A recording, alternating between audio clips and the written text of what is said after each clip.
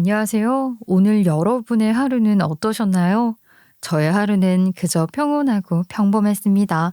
제 주변 친구들은 여기저기 좀 놀러 다니고 재미있게 살아보라고 하지만 저는 지금 저의 삶이 너무 좋아요.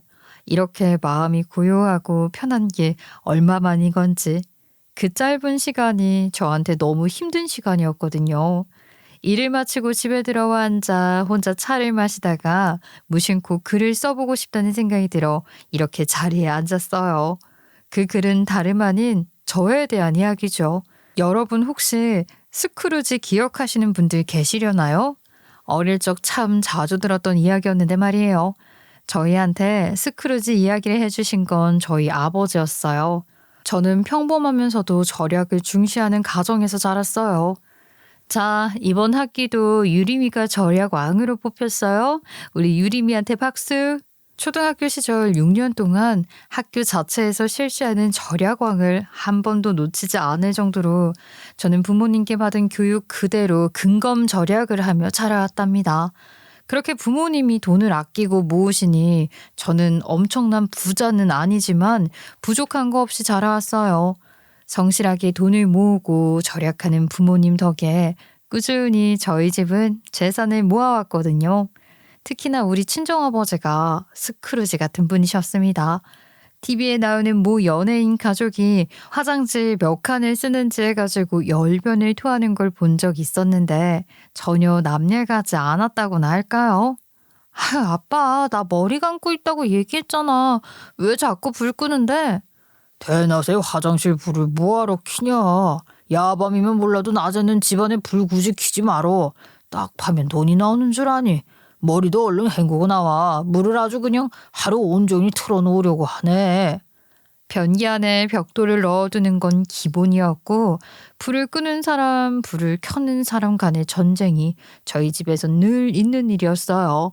하지만 아버지가 마냥 돈을 쥐고 계시려는 분은 아니셨죠. 그렇게 악착같이 모은 돈으로 정말 필요한 곳에 돈을 쓰셨고 우리 가족보다 어려운 사람들에게도 기부도 자주 하셨어요. 그런 아빠의 모습을 보면서 저와 오빠들 역시 돈은 저렇게 쓰는 거구나 하는 걸 배웠으니 말이에요.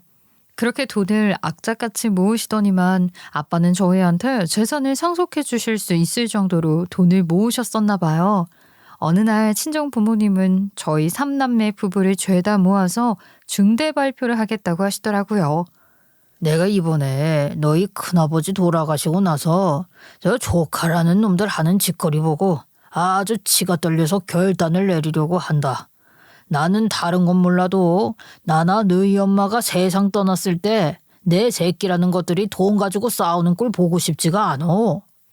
저희 친정 부모님이 저희들을 불러 모으신 데에는 다 이유가 있었던 것이었어요.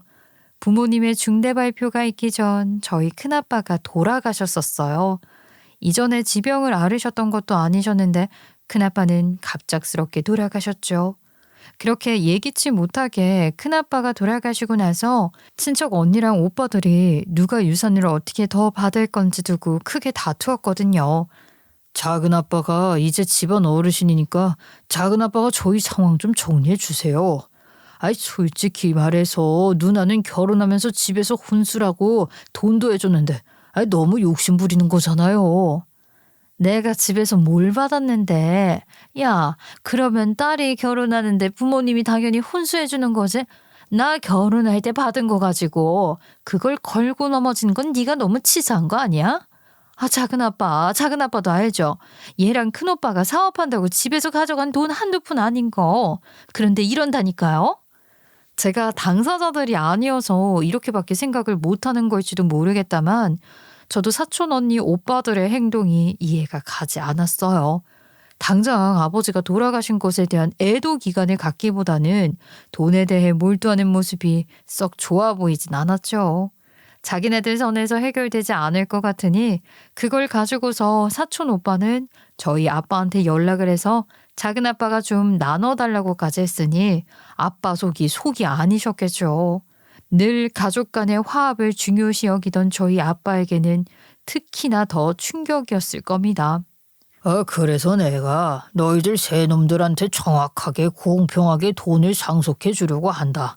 나랑 너희들 엄마 노후로 할 돈 빼고 이것저것 다 처분해서 13억 되더라. 아유, 아빠, 미진이 누나랑 성우 형 때문에 그래요. 그건 그쪽 식구들이 그런 거지. 우리는 아닌 거 알잖아요. 아유, 왜 이렇게, 아유, 이러는 거 우리 속상해요. 왜 이놈들아. 그렇게 돈 아낀다고 잔소리할 때는 언제고. 이제 너희 아비가 좀 다르게 보이냐? 어쨌든 공평하게 나누는데 이의 없는 걸로 알고 상속 진행하려고 한다. 이제 이 돈 너희들한테 넘어가면 내 돈 아니야. 너희들 돈이니까 알아서들 잘 굴려봐. 친정 부모님의 급작스러운 공표에 저희 부부는 물론 오빠네 부부 네 사람도 당황스러움과 감사함을 감추지 못했어요.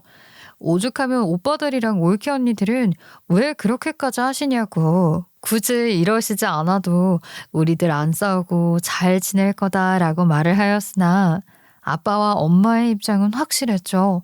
이렇듯 갑작스러운 상속 결정은 가족에게 놀라움과 기쁨을 동시에 안겨준 것이었어요.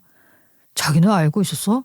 내가 아까 형님들한테 물어보니까 형님들도 아예 모르셨다고 하시더라고.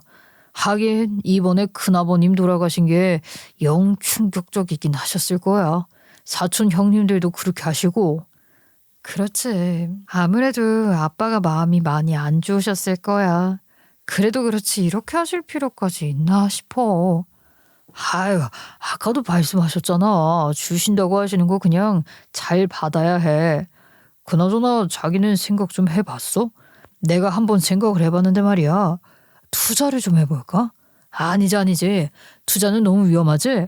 우리가 뭐 투자하던 사람들은 아니니까 뭘 해야 좋을까나? 그리고 그날 저녁 남편은 잔뜩 신이 나서는 제게 쫑알쫑알거렸어요.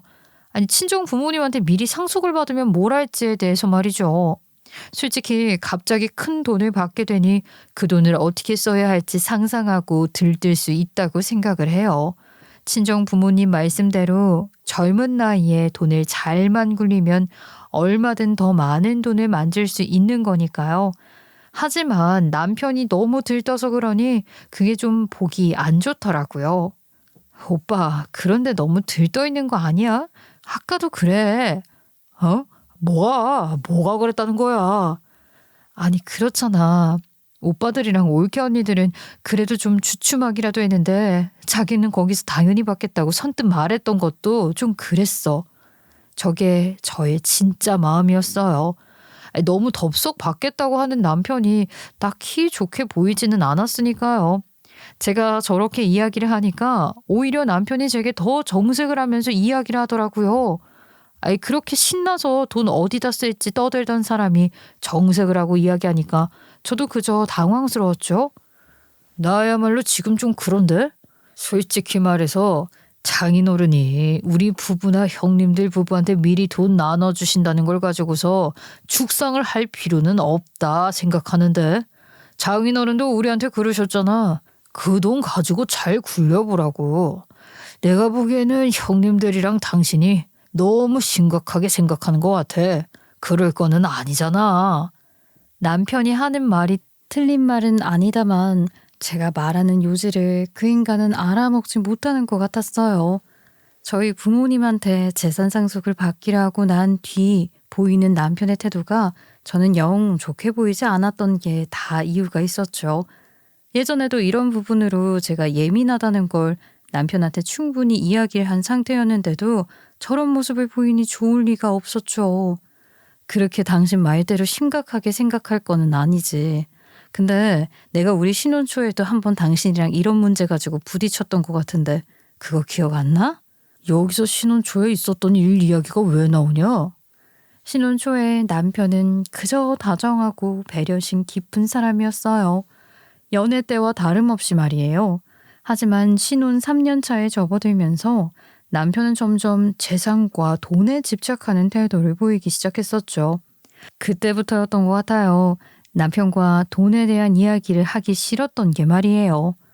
그거는 내가 그때 당시에 좋은 기회가 있었으니까 수연이 너랑 나 위해서 어떻게든 기회 잡으려고 했던 거잖아. 그때 너도 이미 내 마음은 이해한다고 했었고 이미 다 끝난 얘기를 왜 또 끄집어내는 건데? 오빠가 뻔히 내가 오빠랑 돈 얘기하는 거 안 좋아하는 거 알면서 지금 이러는 거잖아. 오빠야말로 왜 자꾸 이미 지난 얘기 떠오르게 하는 건데 도대체 연애할 때는 안 그러더니만 왜 이러는 거야? 제가 남편과 결혼을 결심했던 이유 중 하나가 그 사람의 신중함 그리고 성실함, 사업이라는 걸 끔찍히 싫어하던 사람이었기 때문에 결혼을 한 것이었어요. 그런데 그 인간이 결혼을 하고 나서 대뜸 사업을 하겠다고 했었죠. 그것도 신혼 초에 저희 친정을 걸고 넘어지면서 말이에요. 저기 말이야, 자기야, 장인어른이랑 장모님은 재산 같은 거 미리 말씀 안 하셔? 아니, 내 주변 보니까 어른들한테 미리 재산이나 유산 같은 거 상속받은 애들 있더라고. 장인어른이랑 장모님은 얼마나 생각하고 계신데? 우리 부모님이 재산이랑 유산 상속해 주신다고 해도 그건 나한테 주시는 건데 오빠가 왜 궁금해해? 아유, 그런 거 궁금해하지 마. 나는 오빠한테 어머님이랑 아버님이 재산 얼마나 주신다고 하셨냐고 안 물어보잖아. 저렇게 이야기를 묻는 남편한테 저는 정색을 하고 선을 그어 이야기를 했었어요. 당시에도 제가 딱 잘라서 말하자 남편은 몸아려운 강아지처럼 끙끙거리더니만 제게 이실직고를 했었죠. 아, 그건 그건데 저기 말이야. 사실은 이번에 내가 애들이랑 사업을 좀 해볼까 하거든. 뭐? 사업? 사업은 무슨 사업이야? 아니, 일단은 내 이야기를 좀 들어봐. 자기도 알다시피 우리 집은 좀 상황이 그렇잖아. 장인어른이랑 장모님한테 내가 돈 빌리는 개념으로 해서 미리 돈을 좀. 결국은 자기 사업 자금을 저희 친정 부모님한테 빌리겠다는 거 아니겠어요? 애초부터 그 인간 자기 부모님한테는 돈 이야기 꺼내지도 않았을 뿐더러 저희 친정 부모님한테 먼저 이야기를 할 생각이었다고 하더라고요. 어차피 자기 부모님한테서는 받을 수 있는 돈이 없다면서 말이에요. 대뜸 사업은 무슨 얘기이며 대체 무슨 사업이냐 제가 캐물으니 사업에 대한 이야기를 했는데 그것도 코인 관련된 사업이었어요. 그러니 제가 열이 뻗치지 않고 배기겠어요? 저는 그 인간한테 쐐기를 박았었죠. 그래, 100번 1000번 양보해서 결혼하고 나니까 좀 더 안정적으로 돈 크게 벌고 싶은 오빠 마음 이해하겠는데 사업도 코인 사업을 한다고 하는 게 말이나 돼? 그리고 결혼 전에 오빠가 나한테 먼저 이야기했었어. 사업 같은 거 절대 할 생각하지 말자고. 아버님 사업하시면서 집 힘들어졌던 것 때문에 오빠 사업이라면 질린다고 했잖아. 아니, 수연아, 여기서 우리 아버지 얘기가 왜 나와? 그거 오빠가 얘기했었어. 오빠가 나한테 결혼하기도 전에 이야기를 했었다고. 그런데 무슨 사업은 사업이야? 한 번만 더 나한테 사업한다는 얘기 꺼내. 나 그때는 오빠랑 이혼할 거야. 제가 저렇게까지 과하게 말했던 건 시아버님을 보아서였어요. 저한테도 다 이유가 있었죠. 저희 부부가 결혼할 당시 시댁은 겨우겨우 시아버님이 벌인 사업 실패를 수습하고 난 뒤였어요. 정말 이제 겨우 빛의 구렁텅이에서 벗어난 그런 상황이었죠. 보아하니 시댁은 사업에는 영 소질이 없는 사람들이었어요. 심지어 그거를 남편이 연애를 할 때 저한테 이야기를 했었죠. 내가 아주 사업이라면 진짜 치가 떨리는 사람이야. 우리 아빠 그렇게 사업하신다고 여러 번 돈 끌어다 일하셨다가 한 번도 제대로 돈벌이 한 적이 없었지. 누나도 사업한다고 했다가 진짜 개털되고 아유, 내가 우리 집안 식구들 내력 알아서 악착같이 정반대로 하려고 한 거야. 시아버님도 사업으로 돈 다 날리고 아주버님 큰 시누이까지 죄다 사업으로 돈을 날린 상황이었다고 했어요. 남편은 자기 식구들의 그런 모습을 보고서 자기는 절대로 사업 같은 거 하지 않을 거라고 스스로 다짐을 했었다고 하더라고요. 그리고서는 어떻게든 돈을 잘 벌 수 있고 안정적인 대기업에 이악 물고 들어간 거라고 저한테 장황하게 이야기를 했었는데 그런 사람이 저희 친정 부모님한테 재산 상속받게 된다는 이야기를 듣고 나서 사업 이야기를 하니 제가 질색을 하지 않겠어요. 그것 때문에 신혼 초에 이혼 얘기까지 나왔었는데 말이에요. 그런데 남편이 또다시 저희 부모님 재산 상속받으면 뭘 할지 생각해 봤냐 연시 묻는데 제가 얼마나 불안했겠어요. 저도 과거 이야기 끌고 오고 싶지 않았지만 남편이 하는 짓이 너무 짜증이 나서 어쩔 수 없었지요. 그래, 그때 나도 오빠한테 이야기했었지. 나는 오빠 어머님 아버님이 얼마를 상속해 주시는지 묻지도 않고 궁금해하지도 않을 거라고. 지금도 나는 똑같아. 우리 부모님이 주시는 그 돈 나한테 주시는 거야. 그러니까 그 돈 가지고 뭐 할 생각 하지 마. 내가 알아서 할 거라고. 전날도 신혼 초에 사업하는 걸로 다툰 것처럼 서로가 서운 한 해 만에 우리는 부부인데 왜 상속받는 게 다 네 것이냐며 크게 다퉜어요.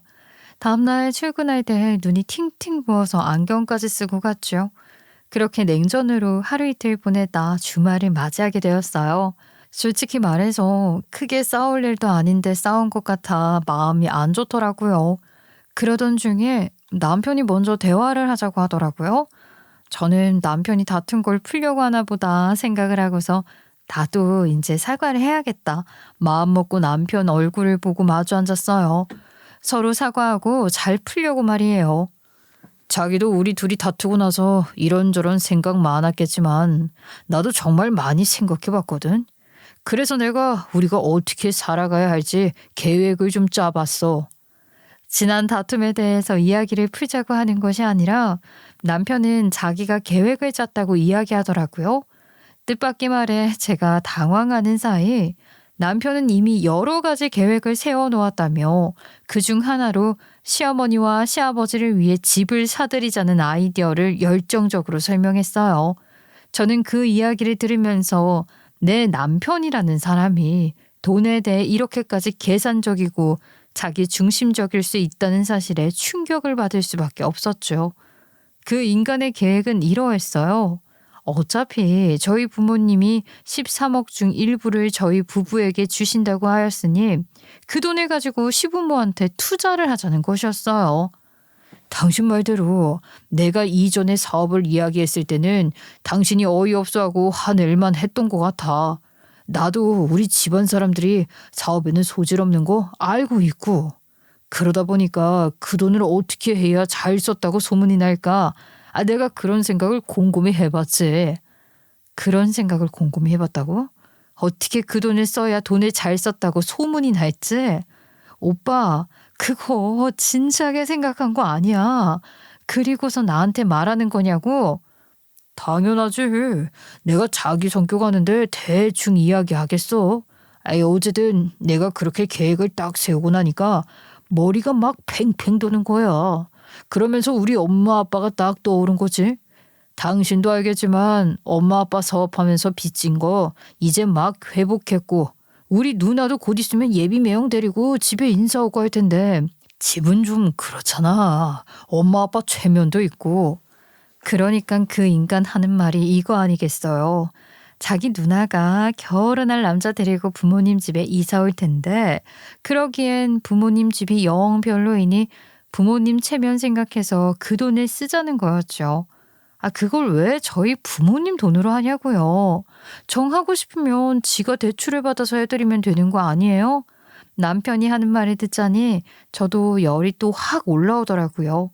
저희 친정 부모님이 다른 것도 아니고 당신들 자식들 나중에 다투지 말라고 미리 유산으로 상속해 주시는 돈을 가지고서 그걸 몽땅 시부모님 집 사들이는 데 쓰자는 건데 정말 어이가 없었어요.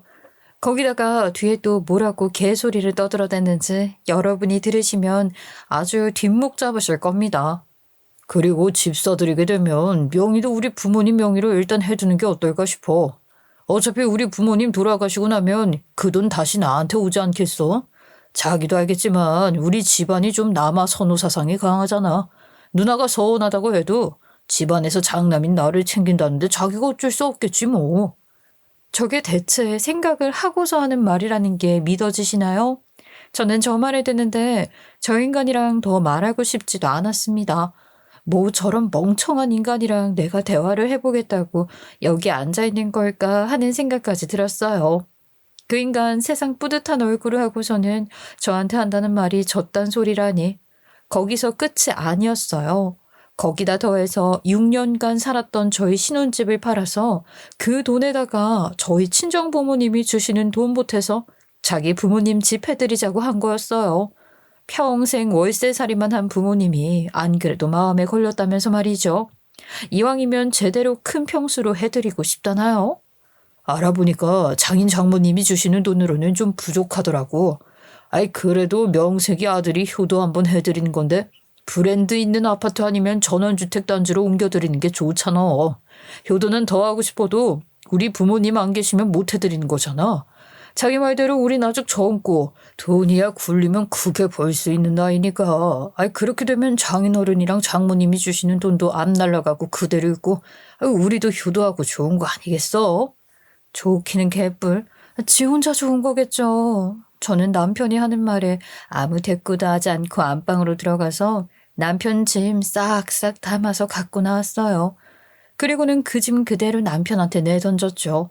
그랬더니 저한테 왜 그러냐고 하더라고요. 정말 이유를 몰라서 그러는 건가 어이가 없을 뿐이었어요. 왜 그래? 뭐가 왜 그래? 당신 그걸 지금 몰라서 물어? 효도를 하고 싶으면 당신이 열심히 돈 벌어서 효도해. 왜 그 효도를 우리 부모님 돈을 하려고 하는 건데? 내가 더 말 섞기도 싫어서 아무 말 안 하려다가 어이가 없어서 하는 말이야? 내가 그때도 이야기했었지. 한 번만 더 우리 부모님 돈 가지고 알가불가하면 나 오빠랑 못 산다고. 아, 또 시작이야? 대체 그 소리는 언제까지 할래? 뭐 늙어 죽어서 관장에 들어가서도 그 소리 할 거야? 아, 진짜 그만 좀 해. 그래, 우리 그만하자. 애라도 없을 때 갈라서는 게 낫지, 안 그래? 그리고 뭐? 이 집을 팔아서 어떻게 하자고? 내가 마련한 집을 왜 오빠 맘대로 하려고 하는 거야? 순식간에 분위기는 삭막해졌어요. 남편은 제가 이혼하자는 소리를 정말로 할 줄은 몰랐었나 봐요. 왜 이렇게까지 극단적으로 구는 거냐, 저한테 너무 감정적으로 구는 거 아니냐고 그런 소리를 하더군요. 감정적이든 이성적이든 뭐가 되든 내 안에서는 이혼에 대한 결심이 선 건 맞잖아요. 저는 단호하게 이야기했어요. 내가 사람을 잘못 봤었나 보다. 우리 그만하자. 나가줄래? 내 집에서 좀 나가. 나 당신이랑 더 이야기했다가는 진짜 정신 나가서 무슨 짓을 할지 모르겠어서 그래. 좀 나가주라. 그 사람이랑 갈라서야겠다는 결심이 들었기에 저는 물러서지 않았습니다. 연애를 하면서도 단 한 번도 홧김에라도 그 사람한테 헤어지자는 말을 한 적 없었던 저였어요. 그러니 그 사람도 제가 이혼하자라고 하는 그 말이 얼마나 엄청난 말인지 알고 있었겠죠. 저는 적어도 제가 이혼을 이야기하면 남편이 심각성을 알고 사과를 먼저 할 줄 알았거든요. 그런데 더 어이가 없는 게 남편이라는 사람, 자기가 계획을 내세운 그 내용이 정말 진심이었던가 봐요.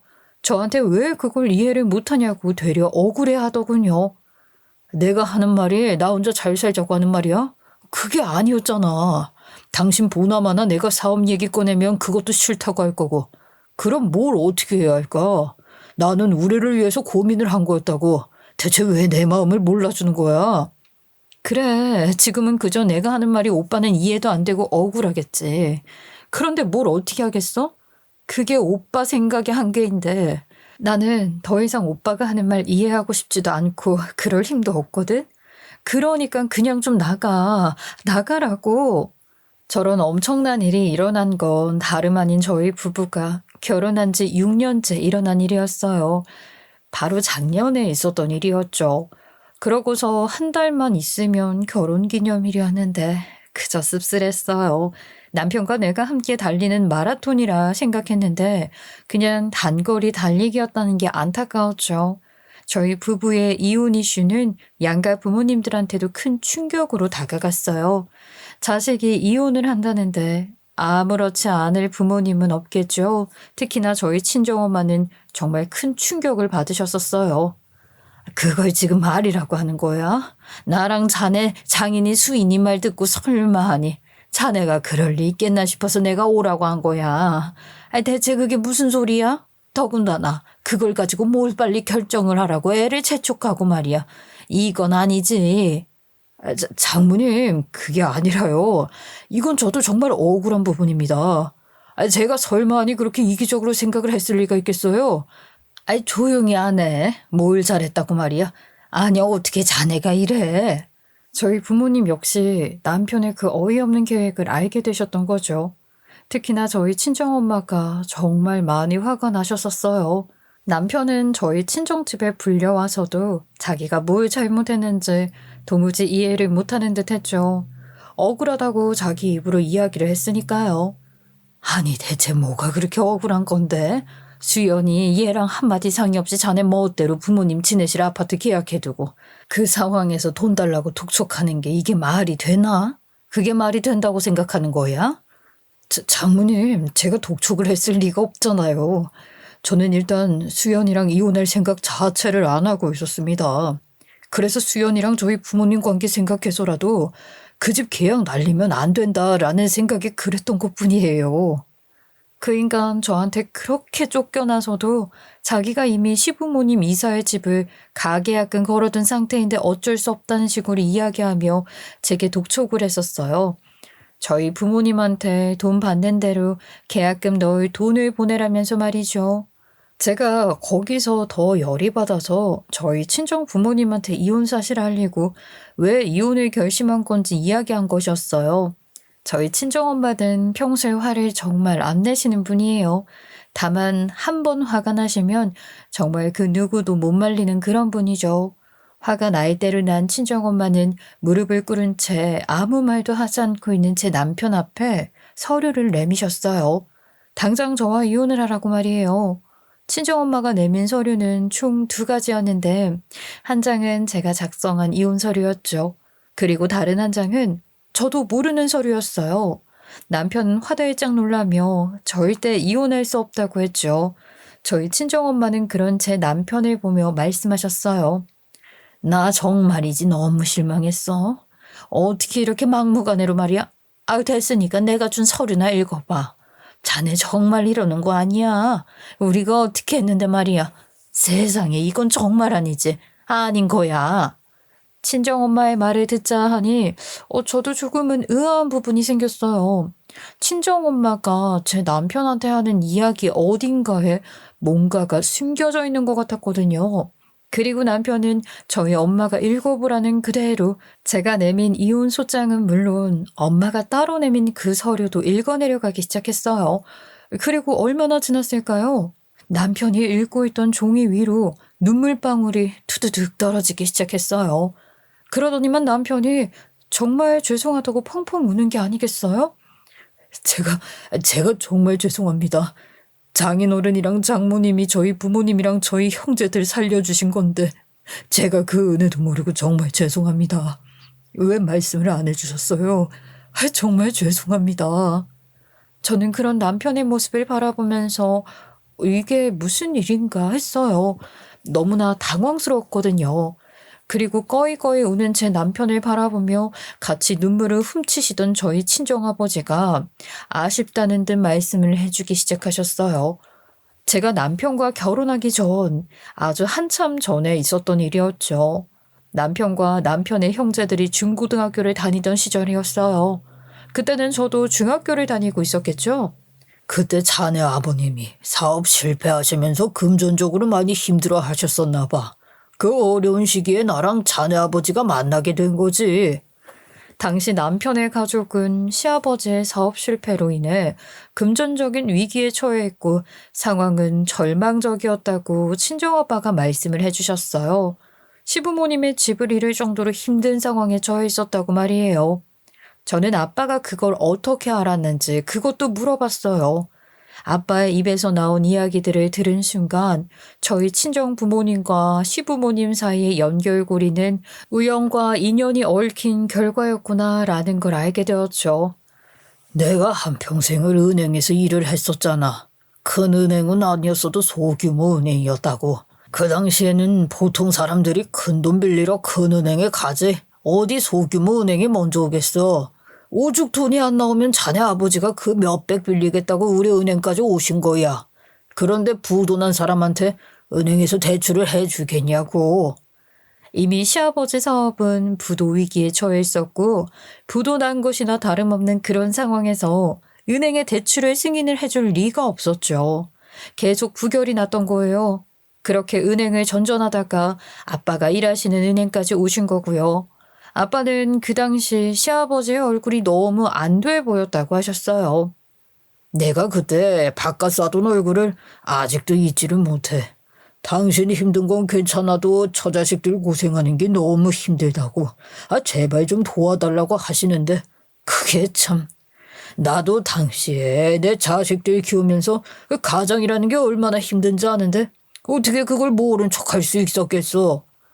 아빠는 시아버지와 상담을 진행하시면서 시아버지의 이야기에 깊은 공감을 느꼈고 은행의 공식적인 절차로는 도움을 줄 수 없음에도 불구하고 개인적으로 도움을 주셨던 것이었어요. 그때 우리 친정아빠가 나서서 익명으로 시부모님한테 필요한 금액을 기부하신 거였죠. 그런데 그걸 또 은행에서 알아서 아빠한테 기부 증서를 발급해 주시면서 시부모님께도 추가로 돈을 좀 더 빌려준 것이었고요. 저도 그날 알게 된 건데 이미 상견례장에서 아빠와 시아버님은 서로를 알아보셨다고 하시더군요. 아빠는 시아버지를 위해서 그걸 묵인하셨고 말이죠. 어른들끼리는 모두 알고 계셨던 거예요. 당신들의 과거 인연을 말이에요. 나나 자네 장인이나 늘 남들 도울 때에도 다 내 일 같은 마음으로 도왔던 거야.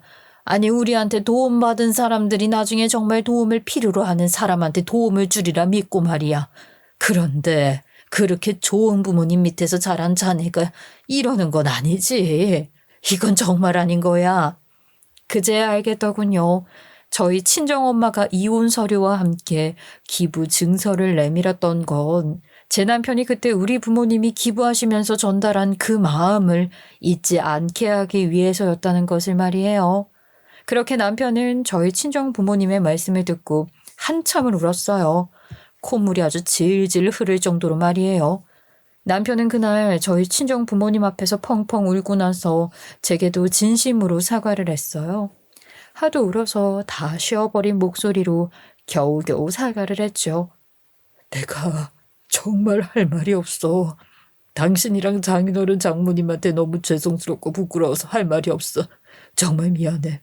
내가 결혼을 하고 나니까 그제야 숨통이 좀 트이는 것 같았어.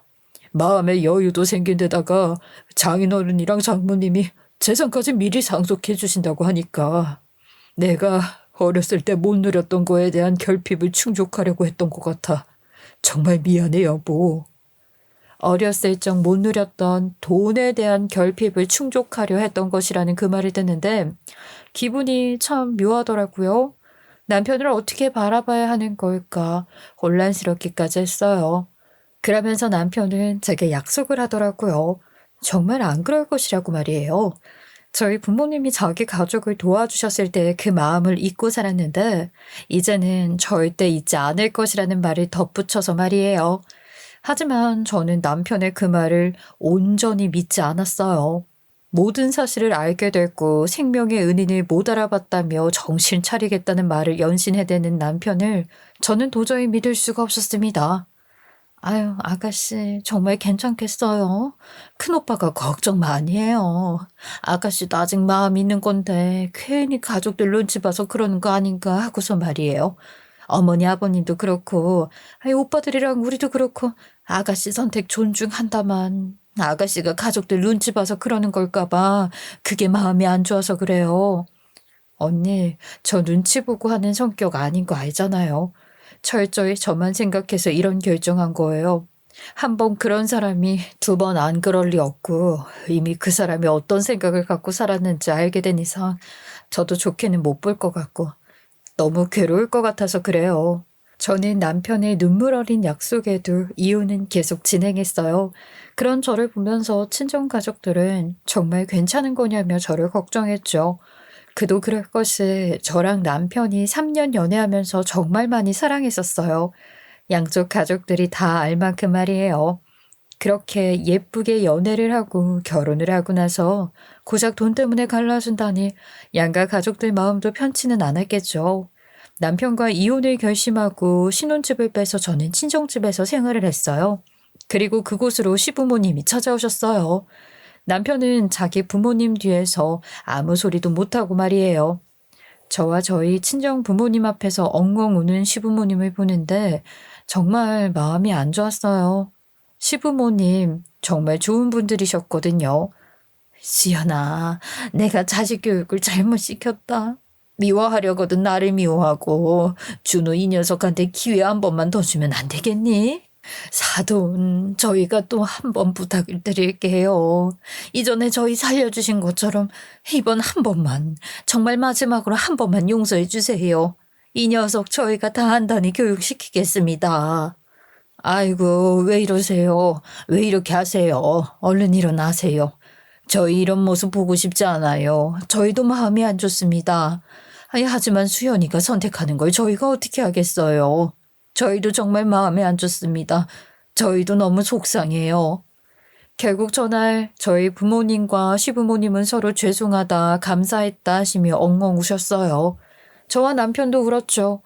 하지만 그렇다고 해서 마음을 바꾸고 싶지 않았어요. 결혼을 해서 사는 건 저와 그 사람의 문제이고 저는 이미 그 사람한테 신뢰가 사라진 상황이었으니까요. 그렇잖아요. 한 번 그런 사람이 두 번은 안 그러겠냐고요. 저는 결국 저의 미래를 생각해서 남편과의 이혼을 진행했어요. 저와 남편의 이혼은 조용하게 순탄하게 잘 마무리되었죠. 나랑 너희 시아버지는 수연이 너한테 정말 면목이 없어. 수연아, 그래도 짧은 시간이었지만 수연이 네가 우리 집에 며느리로 있어줘서 정말 고마웠다. 우리 복덩이 수연이 이렇게 헤어져서 너무 아쉬워. 너를 어떻게 보낸다니. 어머니 울지 마세요. 저도 6년 동안 어머니랑 아버님 만나 뵙고 아주버님이랑 형님이랑 같이 가족으로 지낼 수 있어서 정말 행복했어요. 정말 감사했어요. 이렇게 속상하게 해드려 정말 죄송해요. 이혼을 하면서 저희처럼 헤어지는 사람들이 있었을까 싶었어요. 저와 남편의 이혼 판결 당일 가정법원 앞에서는 저희 부모님과 이전 시부모님이 나란히 서 계셨죠. 특히나 이전 시어머니는 저를 끌어안고 한참을 우셨어요. 그렇게 단단하고 강해 보이시던 분이 제 앞에서 엉엉 눈물을 흘리시니 결국 저도 그날 무너져 내리더군요. 아마 남들이 보면 이혼하기 싫은데 억지로 이혼하는 사람처럼 보였을 겁니다. 전 남편 역시 저희 친정 아빠한테 정말 감사하고 죄송했다며 울었고요. 저희는 수연이랑 우리 사돈들한테 빚진 게 많아요. 그건 다들 아시잖아요. 더 요구할 자격도 없고요. 그저 수연이가 잘 살기를 바랄 뿐입니다. 준호 이 녀석도 그렇게 하는 게 좋다고 이미 이야기했었고요. 전 남편이나 저의 전 시댁 식구들은 저희 가족들한테 빚진 게 많다는 생각을 갖고 계셨던 것 같아요. 이미 한참이나 지난 일인데 말이에요. 이전 시댁에서는 저희 친정 부모님께 빚진 게 많으니 재산 분할도 반반으로 하지 말고 다 저한테 주라고 남편한테 시키셨어요. 그래서 저는 유리한 조건으로 재산 분할을 하였죠. 그리고 한 가지가 더 있었어요. 정말 잘 생각해야 해. 아빠 없이 아이 키우는 게 쉬운 거 아닌 거 너도 알 거 아니야. 너희 새언니도 나랑 둘이서 채아 돌보는데 우리도 정말 많이 힘들어. 애가 어디 아프면 뭘 어떻게 해야 하나 무서워서 둘이 운 적도 있다니까. 그러니까 진짜 잘 생각해봐.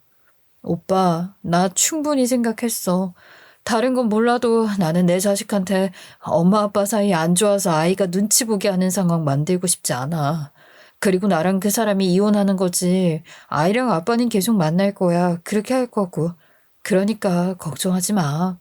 그렇게 결혼하고 나서 갖고 싶었던 아이가 생기고 만 것이었죠. 이혼을 하면서 저는 임신 사실을 알게 되었어요. 임신 사실 때문에 전 남편이 제게 더 매달렸던 것도 있었죠. 아이를 어떻게 혼자 키울 것이냐, 아이에게 부모가 있는 그런 가정 환경을 주어야 하지 않겠냐면서 말이에요. 어찌 보면 저의 선택이 저만을 위한 이기적인 선택이라고 나중에 아이가 저를 원망할 수도 있지 않을까라는 생각도 했었어요. 하지만 확신이 생겼죠. 저는 남편에 대한 신뢰가 깨졌고 그로 인해서 우리 아이 앞에서 다투는 일이 많을 거라는 걸 말이에요. 아이한테 그런 모습을 보여주는 것보단 이혼이 낫다는 생각이 들었어요. 그렇게 해서 저는 아이에 대한 양육권도 제가 가지고 오게 되었어요. 그리고 현재는 면접 교섭권 때문에 전 남편을 한 달에 한 번씩 아주 잠깐만 얼굴을 보고 있죠. 그래도 들어와서 차라도 한 잔 마시고 가지. 엄마랑 아빠도 수연이 너 잘 지내는지 많이 궁금해하셔. 아이 낳고 몸조리는 잘했는지 그것도 궁금해하시고. 지금 우리가 그런 관계는 아니잖아. 나 잘 있고 건강하고 오빠가 봤으니까 어머니 아버님한테 말씀드려줘. 그리고 이거 내 옷이야. 지호 혹시 울거나 하면은 이거 주면 돼. 애들은 엄마 냄새 맡으면 안정 찾는다고 하더라. 괜찮겠어. 지호 나랑 하루 있게 해도 당신 괜히 불안할까 봐. 괜찮아. 어머니 아버님 계시잖아. 그럼 내일 데리러 올게. 그래도 아이 아빠이고 아이 할머니 할아버지인데 아이와 시간을 보내게 해주는 게 맞다 싶어서 이따금씩은 아이가 그곳에서 하루 자고 오게도 했어요. 아이도 할머니 할아버지 그리고 아빠를 자주 보고 익히는 게 좋으니까요. 전 남편은 저를 만날 때마다 제 얼굴을 제대로 쳐다보지도 못했어요. 늘 죄 지은 사람처럼 살짝 제 얼굴을 봤다가 몇 마디 나누고 들어가고는 했죠. 그런데 그 사람이 지난달에는 제게 차 한 잔만 마시자고 하더라고요. 아이랑 같이 사진 찍고 싶다면서 말이에요. 아이에게 엄마, 아빠와 함께 찍은 사진을 남겨주는 게 좋다 싶어 그러자고 했어요. 그날은 볕도 좋고 날도 포근해서 야외에 앉아 있었죠.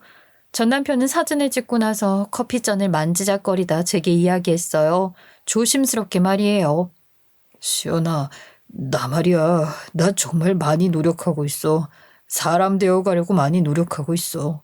이전이랑 다르게 돈을 어디다 써야 할까, 어떻게 써야 할까 생각도 하고 있고, 부모님 따라서 좋은 일도 많이 하러 가고, 다른 건 몰라도 지호한테 창피한 아빠 되고 싶지 않아서 말이야. 전 남편은 제가 봐도 이전과는 많이 달라진 것 같았어요. 이전과 달리 돈을 진짜로 써야 하는 때가 언제인지도 알아가는 것 같았죠. 기부도 하고 다른 사람들을 위해서 무엇을 하는 게 도움을 주는 일인지 고민을 하기도 하니 말이에요. 그러면서 그 사람 제게 제안을 하더라고요. 수연아, 있잖아. 혹시 너 당장 만나는 사람이 없고 네 마음에 담아두는 사람이 없다면 나한테 조그만 기회를 주면 안 될까? 당장 너한테 결정을 내려달라 그런 소리 안 할게. 다만 나한테 다시 한 번만 가능성을 열어줄 수 있는지 해서 말이야. 내가 오빠한테 가능성을 열어준다고 뭐가 달라질까? 달라질 거야. 그래. 수연이 네 말대로 한 번 그런 사람이 또 안 그럴 일 없다는 거. 네가 무슨 걱정하는지 나 너무 잘 알아. 그래서 나 정말 더 열심히 노력할 거야. 네가 그런 걱정 안 하게. 여러분은 어떻게 생각하세요? 전 남편이 정말 달라질 수 있을 거라고 생각을 하시나요? 저는 지난달에 저 이야기를 듣고서 정말 많이 혼란스러웠어요. 이 사람과 내가 다시 살아간다면 우리 미래는 어떨까 하는 생각 말이에요. 당장은 어떤 미래가 그려지지 않고 상상도 안 가더라고요. 이혼을 하던 당시에 제가 너무나도 확고하게 이혼을 결심했던 탓이겠죠. 일부러 전 남편한테서 들은 이야기를 그 누구한테도 하지 않았어요. 사실 뭐 그 사람과 저 둘 사이에 있었던 일이니 둘만 알고 있는 게 맞는 것이기도 하니까요. 그런데 오빠, 이거는 내가 뭐라고 말을 못하겠다. 오빠가 많이 바뀐 거 알아. 정말 많이 노력하는 것도 알고 지호한테도 오빠가 앞으로 좋은 아빠로 있어줄 것 같다는 확신도 있어. 그래서 오빠한테 참 고맙거든. 노력해준 거 그거 고마워. 그런데 오빠가 오늘 한 말을 내가 뭐라고 대답해야 할지는 모르겠다. 제가 오늘 사연을 보내게 된 이유 아시겠죠? 여러분의 조언이 필요해요. 제가 어떻게 해야 할까요? 아이를 위해서라면 부모가 함께 아이를 양육하는 환경이 당연히 좋다는 건 알고 있는데 여자로서 그리고 남자로서 그 사람과 제가 다시 함께 길을 나아가도 괜찮을런지 고민이 앞섭니다. 어쩌면 내가 너무 선입견을 갖고 모든 가능성을 다 막아두는 것은 아닐까 생각도 들어요. 하지만 그러다가도 결국 내 인생에 대한 선택을 내가 하는 것인데 이번에 잘못된 선택을 한다면 누구를 원망하지도 못하고 그렇다고 또 이혼을 하고 싶지는 않은데 참 복잡한 생각이 들어요. 나 정말 많이 노력할 거야. 2번 다시 수연이 너한테 상처 안 주게 노력할 거고 장인어른이랑 장모님한테도 내가 그때 안겨드린 실망감 2번 다시 느끼시지 않도록 나 정말 정신 똑바로 차리고 살아갈 자신 있어. 그러니까 수연이 너도 내가 하는 말 긍정적으로 생각해봐 줬으면 좋겠어. 제가 앞으로 전 남편과 어떻게 될런지는 그건 오늘 사연을 들어보신 진심 어린 조언을 해주시는 여러분의 도움이 필요하지 않을까 생각이 듭니다. 여러분이 남겨주신 조언을 꼼꼼히 읽어보고 저도 심도 있게 고민을 해볼게요.